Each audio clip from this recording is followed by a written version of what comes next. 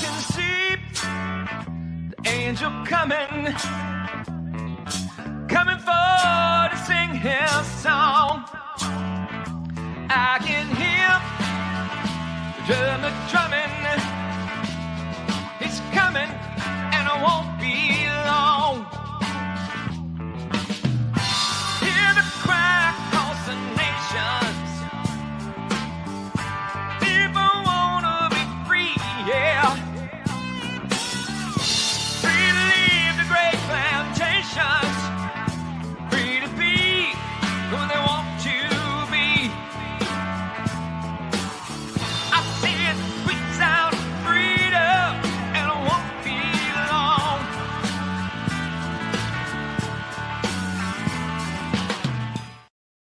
Hey everybody, it's Everett with Ohio for Freedom, and it is a great day to be alive. And if you are hearing this podcast, you are alive. So congratulations. You're living at a very, very, very exciting time. And this is going to be a little bit different kind of program. But I believe that if you're a little discouraged, if you're a little down, if you're a little perplexed, if you're a little bit what's going on, then you're probably at the right place at the right time to just give this gray-headed guy a couple of minutes here. You know, I was going to begin this program with an article that I had just looked at. I think it came over my phone. I love that Epoch Times. I mean, they do such a great job, and you constantly have a feed, and they're very comprehensive in the things that they cover. They cover them very well. And the story that I was going to mention is that the headline was 35,000 Americans weekly coming down with COVID symptoms, after being fully vaccinated. Now, fact checkers, if you want to fact check Epoch Times, you fact check them. But I know for a fact that's what Epoch Times is reporting. And I thought, folks, the narrative is just falling apart. But let me just kind of cut to the chase and get to the point here. Folks, our mettle is going to be tested. Our mettle is going to be tested. And I believe that we're going to have to reach down deep, and everything that we've learned over the last year and a half, it's going to be put to the test. We're going to have to stand. It's not going to be this cakewalk that just descends from some high and lofty place.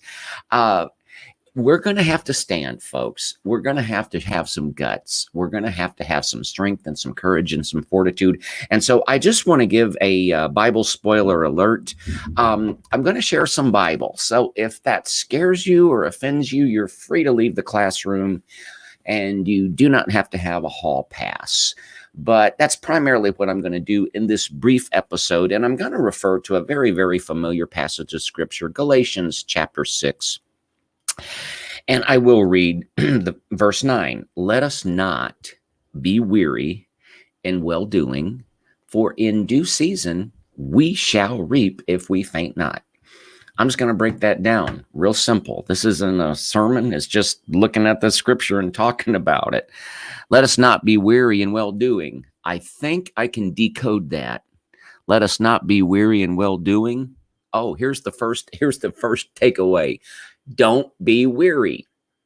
Do not be weary. Stop your weariosity. Okay? Quit being weary.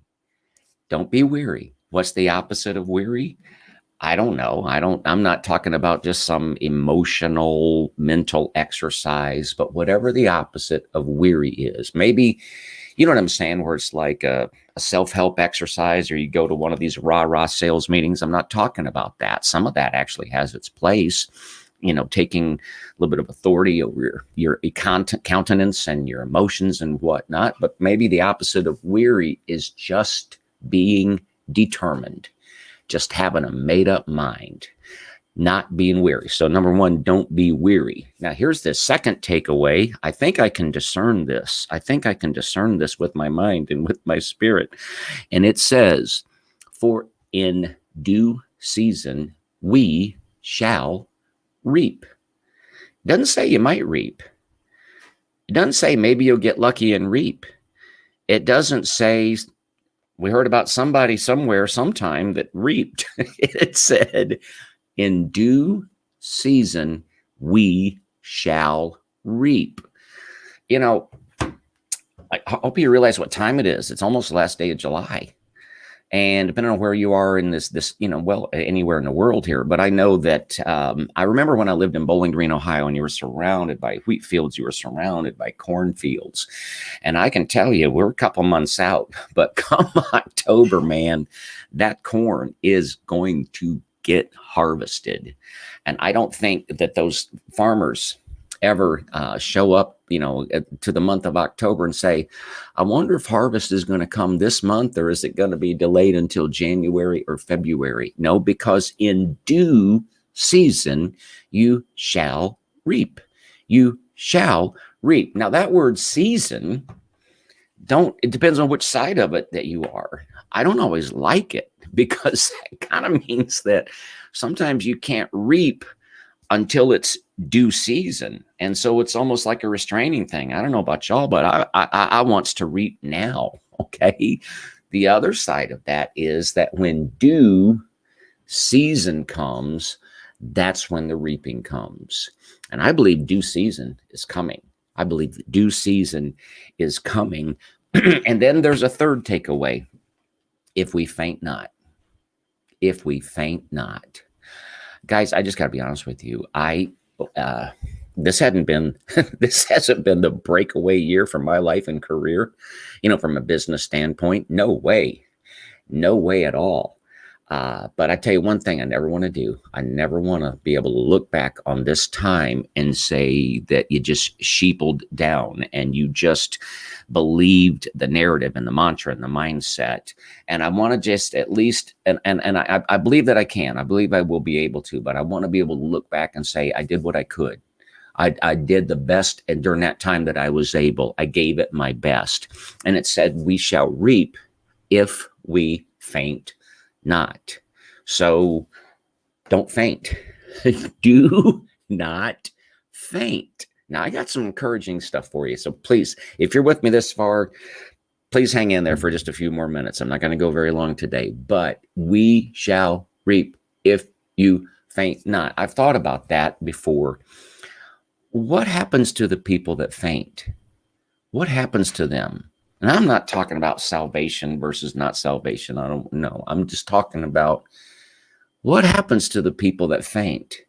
What happens to the people that do get weary? What happens to those poor souls that just give up and give in and give over? I don't want to be that person. I actually don't want to know the answer to that question, because I'm holding on to a promise here that says we shall reap if we faint not. Now, I'm going to turn a corner here and go to another portion of scripture, and I won't be going too long today, but I do want to give one announcement. The 18th and 19th of September, we are doing our first ever Ohio for Freedom rally. And I am so thrilled and thankful and pleased and proud to team up with Real Life Church in Lancaster with Pastor Dan and Teresa Chapman. And we will be giving you some more information about that, but that encompasses a Saturday night. And then it's my privilege to be part of their Sunday morning service, and really looking forward to it. We'll give some more information about that, but that's coming up on the 18th and 19th of September. And what kind of world are we going to be in September? So folks, I'm going to try to fly through some things here, but I'd like to encourage you, just open up your heart for a minute. Very familiar passage of scripture, 1 Samuel 17, story of David and Goliath. But let's see if we can find anything that we haven't seen before. I'm just going to read the 11th verse. When we know that, Goliath, I'm not going to read the whole chapter to you, but, Goliath challenged the whole army of Israel every day. And here was their reaction to it. Verse 11, when King Saul and all Israel heard these words of the Philistine, they were dismayed and greatly afraid. They were afraid. Saul, the king, their leader, was afraid. And all the army of Israel was afraid. Hi, Regis, and good afternoon from Great Britain. But the condition of Israel was this universal mindset of fear. Does that sound familiar? Everybody was fearful. Everybody was fearful. And I'm gonna keep rolling. So the most disconcerting thing, I think, was not that there was this huge giant that was, physically enormous and had all these militaristic, abilities. It was just a danger. The real sad thing is that the people of God were to a man afraid. And so as the story progresses, Jesse, father of David, sends him with provisions to go to the area of battle, and he's got cheeses and other foods, and he wants him to deliver those so that David's older brothers, he was the young, his older brothers would be taken care of and see how they're doing. And I want to point something out to you. So that was David's mission. David's mission was to go and provision his brothers and inquire as to their welfare. And in verse 20, I want you to notice something. David rose up early in the morning. That little guy was pretty disciplined. It's just something to take away. But here's the main takeaway. And left the sheep with a keeper. He left the sheep with a keeper and took and went as Jesse has commanded him. He left the sheep with a keeper. I'm gonna comment on that in just a second. The 21st verse, Israel and the Philistines had put the battle in array, army against army. And get this, once David caught up with the army, David left his carriage in the hand of the keeper of the carriage. Now, that word keeper's always been there. They didn't just put it in there, but it hasn't jumped out at me like it has today. I've noticed it before, but I didn't really notice. I noticed it with the sheep. So what could that be saying to us, folks? David left the sheep in the hands of a keeper, and then he went on to do his business. I think it kind of speaks about two things. Number one, responsibility. His father gave him the responsibility of provisioning his brothers and inquiring as to their welfare. But in accepting that responsibility, he had to engage in a manner that he did not abrogate his other responsibilities. And so there's two sides of that. He had to be responsible about the things that were already in his care. And he was, because he put those sheep in the hands of a keeper. But it also, I think, kind of speaks to us that as maybe we have to turn our attention to the welfare of others and engaging in this epic struggle, which we are. Is that a promise? Is there a promise in there? Is there a promise in there that God is saying, yeah, I will provide for you keepers for the things that you have to be, responsible for. So maybe what that's saying is, whatever was going to be the outcome of David going down and checking out the battle and checking out his brothers, we'll get to that in a minute. But whatever the outcome of that was, David was still able to be responsible for the sheep. He wasn't going to come back to a disaster. Man, he wasn't going to come back to a disaster. And he wasn't going to come back to, where's my carriage? What happened to my carriage? And I think the enemy sometimes wants to play on our minds. And man, it's really easy to play it safe because you got to take care of your stuff and you got to take care of your life and you got to take care of everything. And yeah, you have to take care of stuff. But I think the enemy likes to kind of plant the seed that you got to play it safe so you can take care of stuff, because if you stand up, if you go counter to the narrative, if you speak truth, you're going to lose all your sheep. You're not going to be able to find your carriage. You see what I'm saying there? And I think that's a lie. Because I think God, I believe God is overturning from White House FONUS. I believe that's going to overturn to Coco Vid 99 teen FONUS. I believe all that's going to be overturned. But in the process, I don't believe that as you know, that we're going to be figuratively witnessing a happy ending to an epic struggle on the battlefield and come back to everything in disarray. I don't believe that, and I'm claiming the opposite of that. Let me keep moving because I want to keep rolling here. I want to. So in verse, let me get back here. So David goes down, and he's left his sheep with the keeper. He's left his carriage with the keeper. So he's being very responsible. And in verse 27, listen to this. What shall be done to the man that kills this Philistine and takes away the reproach from Israel? For who is this uncircumcised Philistine that he should defy the armies of the living God? Oh my goodness. Now, I'd like to comment on that, but I'm going to stay on this point.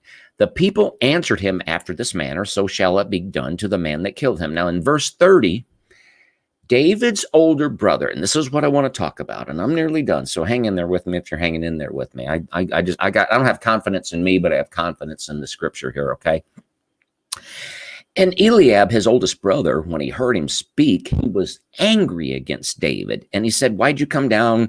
Why, and who? And listen to this. With whom hast thou left those few sheep in the wilderness? And David could look him right in the eye and say, with a keeper, you dodo. I left him with a keeper. I didn't just wander off. And so, see, Eliab, David's brother, is negative and is actually talking like an accuser. Do you have anybody close to you that's talking negative to you, talking like an accuser, and trying to talk your faith down and trying to talk your outlook down and trying to criticize you? And why'd you come down here? Well, because Dad said so, silly. And with whom have you left those few sheep in the wilderness? I know your pride and the naughtiness of your heart. You know, you ever run across people that they think they're omniscient? They think they're all knowing. They think that, you know, their opinion is somehow more valuable than somebody else's. For you are come down that you might see the battle. Now, this is the point I wanted to get to. David said, what have I done now? Is there not a cause? I can remember Pastor Clear in Kentucky preached a whole message on that one verse, but this is the verse I want to talk about. And he, as talking about David, and he turned from him toward another and spake after the same manner. And the people answered him again after the former manner. So when David went down at his father's bidding, at his father's command, responsibly left his sheep with the keeper, responsibly left the carriage with the keeper, and gets in and mingles among the people and gets the read of what's going on, how fearful they are of the giant, and yet this great promise to the man that would slay the giant. Then he's like personally attacked by flesh and blood. And so what does he do? He turns away. He turns away from that negative force. He turns away from that negative voice. He just turns away. He just turns away. I'm going to go for it. I'm going to try to get out of here. My wife, there's a sort of a family friend that hadn't heard much from recently and texted, hey, why don't we get together? What's going on? And all of this stuff comes back. Well, if you were vaccinated and if this and that and da-da-da-da-da. And then finally, a couple of days later, she received the message. If I've made a decision, I'm not going to hang out with you if you're not vaccinated. And you know what my wife texted her back? 2 letters. Okay. Folks, sometimes maybe it's just a good idea. I'm getting long-winded. I want to get out of here. I'm going to do what David did. David turned away from Captain Negative and engaged with the people. And then here is the final verse that I want to share, because I think the main thing that David accomplished that day was stated in verse 32. David said to Saul, Saul was the fearful, ineffective, weak king. And David said to Saul, let no man's heart fail because of him. Thy servant will go and fight the Philistine. Now we can go through the rest and all the wonderful things and the armor that he didn't use, and that we could go through all that. But I think perhaps the most powerful thing that David did that day was David said to Saul, let no man's heart fail him for fear. Folks, we're not heading into the land of easygoing and soft couches and puppy dogs and unicorns, but I believe we are headed for a certain victory.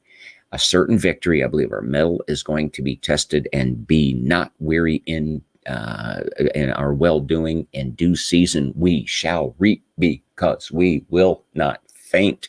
So leave your stuff with the keeper. Leave your responsibilities with the keeper if you need to. Engage as you need to. Everything is going to be okay. Everything is going to be in order. Turn away from the negative voices, and you don't have to engage and go back and forth with negative voices. And let your life and light be one that says, let no one's heart fail them of fear, because God's got this, y'all. Folks, that's what I felt like I was supposed to say today. If you're with me, I appreciate it. I am going to go through comments off air. Yeah, I'm getting worse and worse, man. I can talk and talk and talk and talk and talk. But I really want to say, as I close today, I really appreciate every one of you guys and everybody that sends links and clips and so forth. I'm kind of like family. Really, very, very much appreciate it. So please have a good weekend. And please recharge your battery, recharge your spirit, recharge your soul, get to church, whatever you got to do. But have a good weekend. And folks, it's about to get exciting. And I can start talking about it. There's a showdown coming. And we're going to win that showdown. And until next time, God bless you. God bless your family. God bless the state of Ohio. We're standing up for the United States of America, and we are standing up for the free peoples of the world.